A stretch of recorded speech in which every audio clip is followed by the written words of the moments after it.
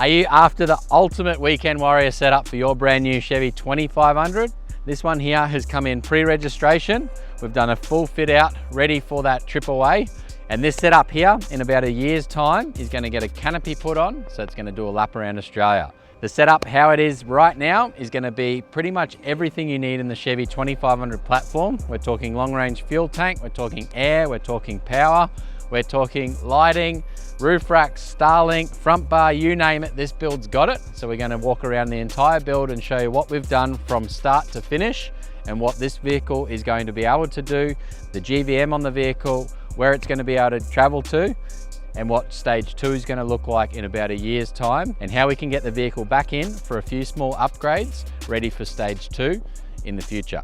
And speaking of travel, if you don't want to travel interstate to come into Big Dog Build's workshop, we've got a national transport network. We can get you a quote to get the vehicle in, fly in once the build's done, get a full handover with the team, stay local for a couple of days if it's a big build like this one here, come back in for a quick checkup, and then you're going to be able to travel home interstate. If you don't want to do that, we can get it back on a truck, back to your house, no dramas at all. I'm Dean Bleasnut, the co-founder of Big Dog Builds. We've had well over 650 trucks through the workshop now. We only started in 2022, but we are the most awarded American truck company in Australia. For this setup here, it's a bloody good looking Chevy 2500. We'll get straight into the front bar and we'll show you what we've done there, the suspension, the wheels, the tires, everything to do with this job starting right here.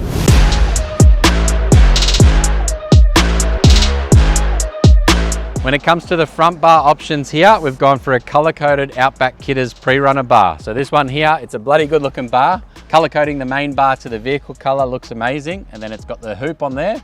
We've got the gloss black hoop, the white bar. And with the hoop itself, we can option the bar up to suit 2, 3, even 4 spotlights. You name what you're wanting to run on the front and we can add the spotlight tabs to suit. With the 3 spotlights on this bar, you are going to interfere with the camera. So what we've done is we've added Outback Kidders front camera relocation kit. And that one's going to remove the camera out of the grille, put it underneath the hoop there, and you're going to be able to still see out the front of the vehicle and be able to use the vehicle with the 360 cameras. The stitching, by moving the camera just that short distance, you barely notice it on the camera setup. And the front end of this setup, it's nice and strong. The Outback Kidders bars, I recently seen one that has gone through an accident and it definitely held up really, really well. With the front bar as well, you've got the factory parking sensors get relocated into the bar itself. And then it's got the fair lead at the bottom there. So we've gone and installed the 15,000 pound carbon winch. So it's an awesome winch combination that suits pretty much all of the front bars that we offer, most builds through the workshop. 15,000 pound, in my opinion, is the perfect size for a HD truck. Although some bars can squeeze a 20,000 pound winch on there, I personally don't think it's needed. I've never had a customer that wishes they had that extra 5,000 pounds of winch force. And with the 20,000 pound winches, it can come super close to your intercooler and other components inside the vehicle. The last thing you want to do is spend all that money adding a good front protection option to the vehicle, have that big winch move a couple millimeters back and puncture a hole in the intercooler, for example. So 15,000 pound winch, the 3 Baja Designs lights on there. These ones being the Combo Sport, one of the most popular LED light options that we offer. And then you've got the integrated LED lights that Outback Kidders offer standard inside the bar itself. With the recovery points on this one here, Soft-shackle rated on there, nice and strong, and with the winch cradle acting as those recovery points as well, they're directly bolted to the chassis of the vehicle, and that's where all of the strength is. So you can go through all different bumpers. These ones here being aluminium aren't too heavy, but all of that strength there is included in that chassis brace and that winch cradle and all of the goodness that's up the front there. So the front end of the Chevy, it's a bloody good looking vehicle. The color-coded bar really ties in nicely with the gloss black theme that's tying through the rest of the vehicle. We'll swing around here, we'll show you the wheel and tire combination and what suspension install we've done.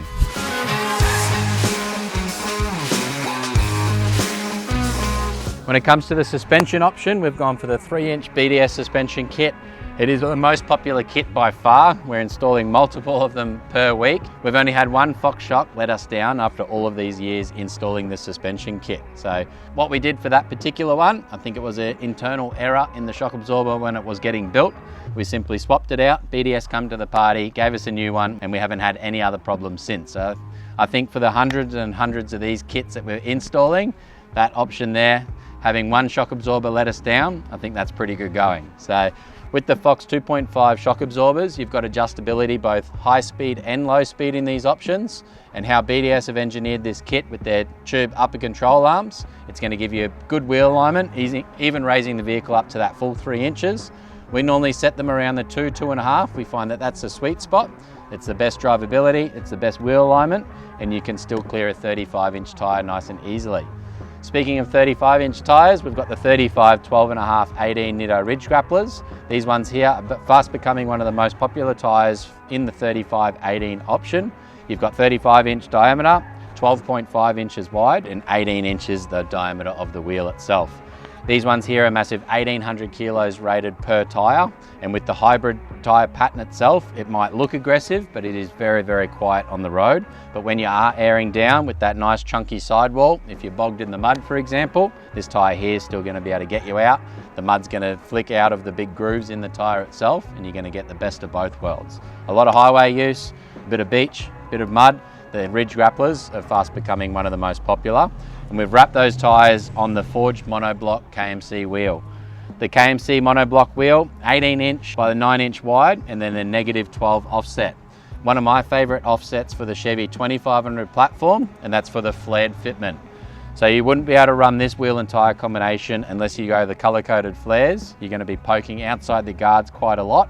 But this one here, it's got an 1849 kilo load rated wheel, even in the -12 fitment. It looks amazing, it's nice and easy to clean, hasn't got any lip bolts around the outer edge or anything like that. Nice good looking center cap, and of course we've installed the apex valve. Apex valves are going to deflate the tyres in a matter of seconds, go from 55 PSI down to 15 PSI in about 20 seconds or so. And for a good wheel and tyre combination, that one there is got to be one of my favourites. These are the Impact monoblock forged wheels from KMC, and with a 35-inch tyre you can still fit it underneath the back. So those wanting to go up to a bigger tyre, you're going to have to take into account that the 35-inch tyre is the biggest spare wheel that you can fit in the factory location. Any bigger and it's going to get ugly, or if you've got a canopy, obviously you could whack it on the back of the canopy. Speaking of the flares, we've gone and installed the extend flares. So these ones here being the smooth finish, they don't have the bolt holes in them. They tie in really, really nicely with the Outback Kitter's front bar. It's pretty much the same distance away from the vehicle, which ties in that bar really nicely. And with the flares covering the tyres itself, we've also gone and installed the kickback mud flaps. And what those ones there are going to do is stop that mud flicking all the way up the side of the vehicle. We recently had a customer come in for a 1000K checkup, which we offer all customers getting a build done with us. Get it back in after a decent trip away. We're going to go over the whole vehicle, make sure that nothing's moved, nothing's loosened itself, and we can go over and check anything that's been done on the vehicle. And that one there had a whole bunch of mud inside the flare. It had a whole bunch of mud on the mud flap itself. There wasn't one speck of mud up the side of the vehicle. So those things there are fast becoming very, very popular. If you've had a build done with us with the Bushwhacker flares, get in touch and we can post out a set of these front mud flaps. They're definitely worth the value. When it comes to the side of the vehicle, we've gone and installed the Amp Research Vision side steps. Those ones there do have the little LED light down the side of them. They drop down nicely. For the 3-inch suspension kit, very, very popular option. The other option that we can do is the Amp Research XL side step. They're very similar to this one here, but they've got an extra sill running down the side. The Amp Research Vision ones tuck up that little bit nicer. The little running LED light down the side of the step definitely look the part. These steps here have also got a phone app as well. They're best used on the Android device, and you can go through and you can preset all different things, how long those LED lights stay on for. When we first install these steps, the rear doors are actually pin swapped the other way around. So you can go into the app itself and you can pin swap in the app. And that means that when you open the rear driver's door, this side step should come down. Obviously the team have done their job there. That one's already been installed. But if you've got any option with those side steps, definitely make getting in and out of the vehicle nice and easy. The factory ones are quite high, so when you do go to a 3-inch suspension kit with the 35-inch tyres, going for the drop-down side steps definitely make it nice and easy to get in and out of the vehicle. Getting in and out of the vehicle is one bit, but if you keep your foot on those side steps, when the vehicle door closes, it's going to try to go up and then it's going to wig out and it's going to stay down. That one there makes getting up onto the side of the vehicle nice and easy. If you're needing to grab your Max Tracks off the Big Dog Builds accessory rack, it makes that really nice and simple. And you can jump down, open the door, close the door, and then those side steps are going to go back up and you're going to be able to hit the road and keep on traveling. Speaking of the Big Dog Builds accessory rack, It is one of the neatest racks on the market. It's one of the most slim racks on the market as well, and you can throw a whole bunch of items up here, which this customer's gone for. You've got your MaxTrax recovery boards that you can mount on the side there. You got your Starlink bracket on the center here as well. So we've got a neat little bracket there for the Starlink unit.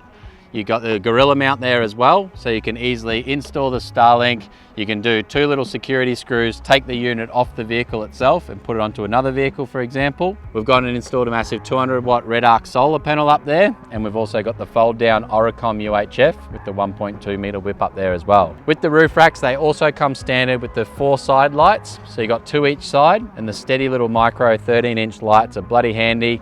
You can switch those lights between white and amber, and we control all of the lights on top of the roof rack through a Switch Pro SP9100 switching unit. Turning on those little side lights on the sides, swapping between amber and white is one thing. Nice and simple to do, doesn't take long at all. And then you can hold your finger down on the Switch Pro unit and you can dim down 3 different levels as well on that roof rack. So this is an awesome setup on the side of the roof rack itself, and on the front of the roof rack we've got a curved 50-inch steady light bar. And that one there looks amazing. It's got the little daytime run light on the front there as well. You got lights up the front, you got work lights on the sides. If you've got a canopy on the back as well, and you've got the Switch Pro, we can also run a couple little work lights at the back there, and it's going to give you lighting option all the way around the vehicle itself. The other benefit with the Switch Pro app, if you leave these side lights on and you jump into a caravan at the end of the night, you can jump on the Switch Pro app and you can dim down the lights, you can turn them off. Or if you hear something in the middle of the night, you can just simply open that app up, light up the whole campsite and see what's going on outside. Let's have a look at that Switch Pro unit. I'll explain a few more little features that that one has. Let's jump inside, I'll show you that Switch Pro unit because it's a pretty cool little unit in itself.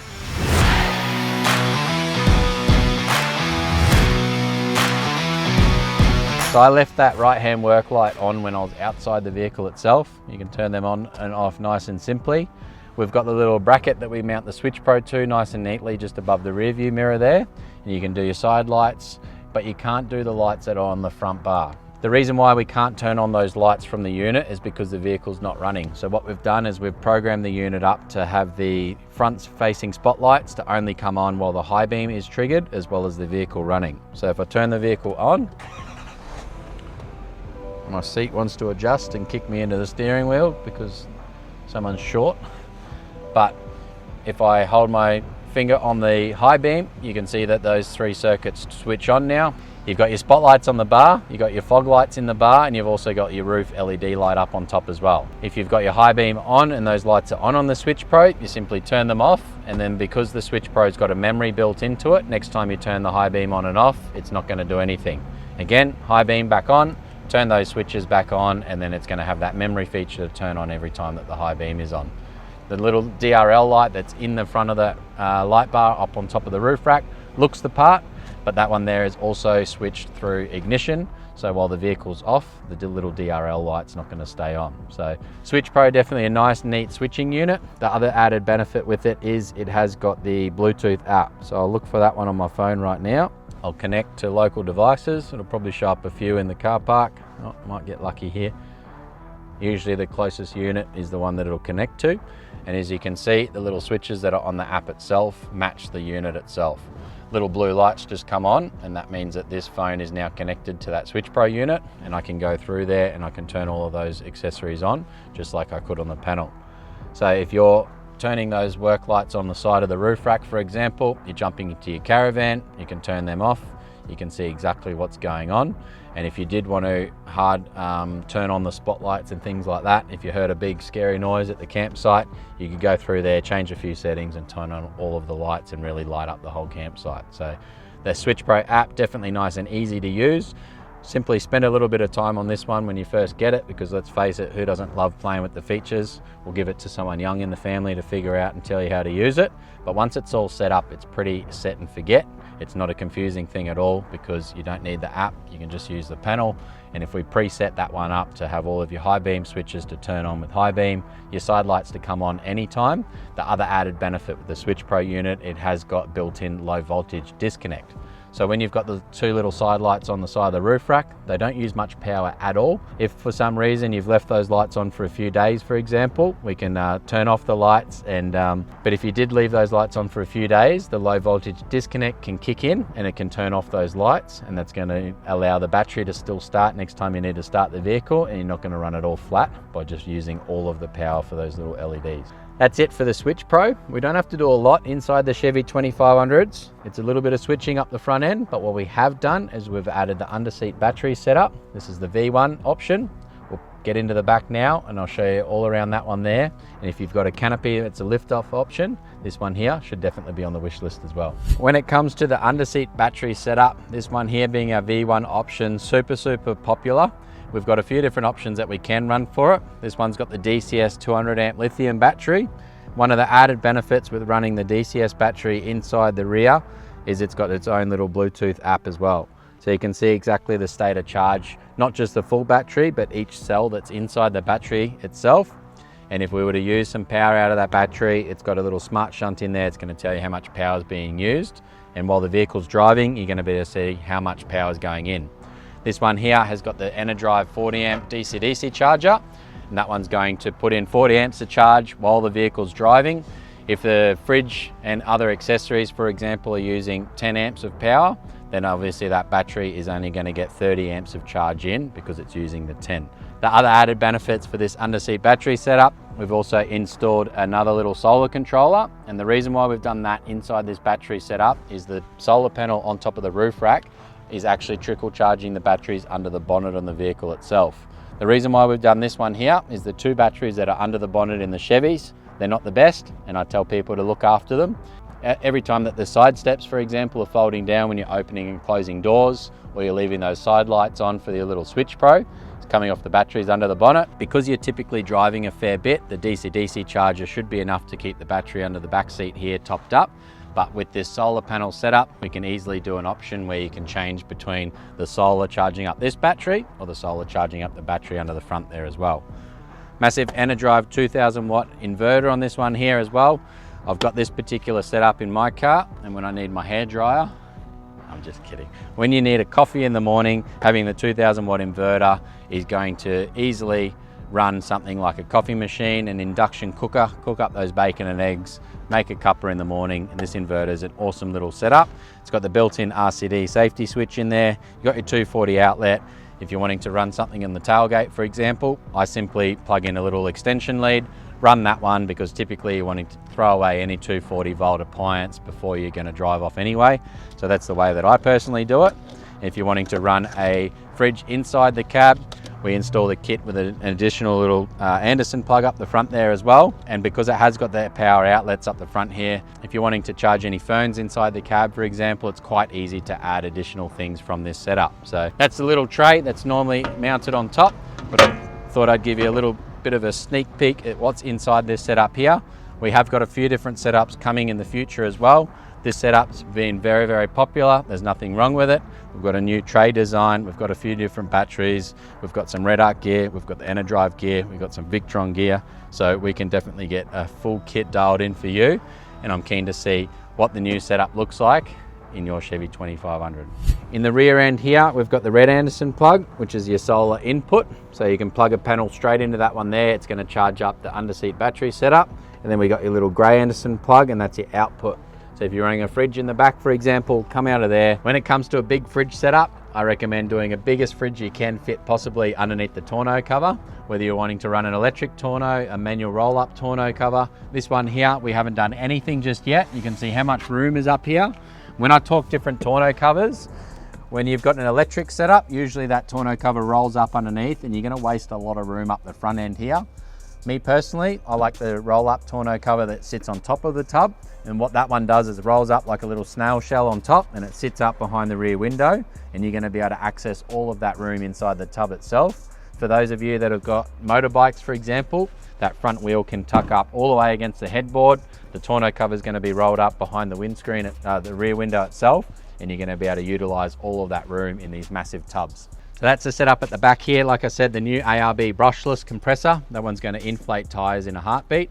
Some really good feedback coming in from the new brushless compressor from ARB. I personally haven't used it yet, so I can't really talk about it just yet. I won't take this one because it is brand new and not registered yet, but the rear end of the Chevy setup, nice and simple for a weekend warrior setup like this one here. You got your battery underneath the back seat, and this customer is actually going to get a canopy in the future. So with the tray canopy combination, if you're wanting to lift off a canopy, something like a Norweld or a Mitz, you're going to be able to utilize that underseat battery setup, have that fridge run on the tray itself. The ARB twin compressor can relocate inside a toolbox, for example. And then when the canopy's on, you probably have another little additional battery storage inside the canopy, have all your power, have your central locking, all your lights, everything like that. You're going to get the best of both worlds with the underseat battery setup as well as additional power inside the canopy. The rear end of the Chevy 2500 does look amazing in factory form. The new gloss black bumpers in the 25 models definitely look the part. Having that two-tone between black and white looks amazing, obviously, and it's quite a simple setup on this one here. We've got the Gen Y hitch combo coming on the back end, 12-pin plug standard from GMSV, and then we've got the grey and the red Anderson plugs there for your tow bar wiring combo. 50 amp grey Anderson rated with ignition relay, so the grey Anderson plug's only going to be live while the vehicle's running, and the red Anderson plug's direct to the front batteries. That one there's rated to 30 amps. That one there's plenty enough for caravan ESC brake controllers, for example. If you don't need it, I still recommend installing it. If you do need to help someone out and they need a red Anderson plug to tow their caravan, for example, at least you're set. And that one there being a direct feed to the front battery as well.